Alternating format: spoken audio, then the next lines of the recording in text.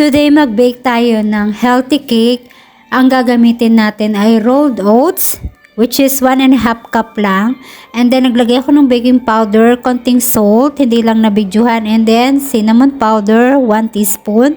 And then sa another bowl ay mag-mash tayo ng banana, pwedeng 2 banana. And then maglagay tayo ng 2 itlog at batiin lang natin yung itlog. At kapag nabati na natin yung itlog, ay maglagay na tayo ng niyadyad na 1 pirasong mansanas at cubes na mansanas, 1/2 cup ng fresh milk.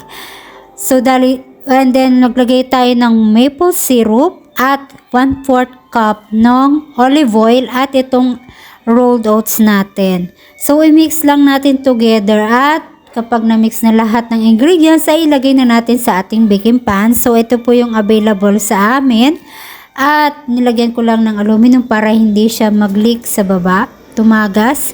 And then ni-bake ko siya for about 30 minutes in 170 degree. At ito na po yung ating rolled cake, which is ang bilis lang niyang gawin.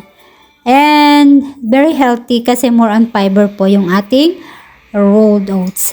And that's it. Hopefully nakatulong ang video na to. See you on my next video. Bye!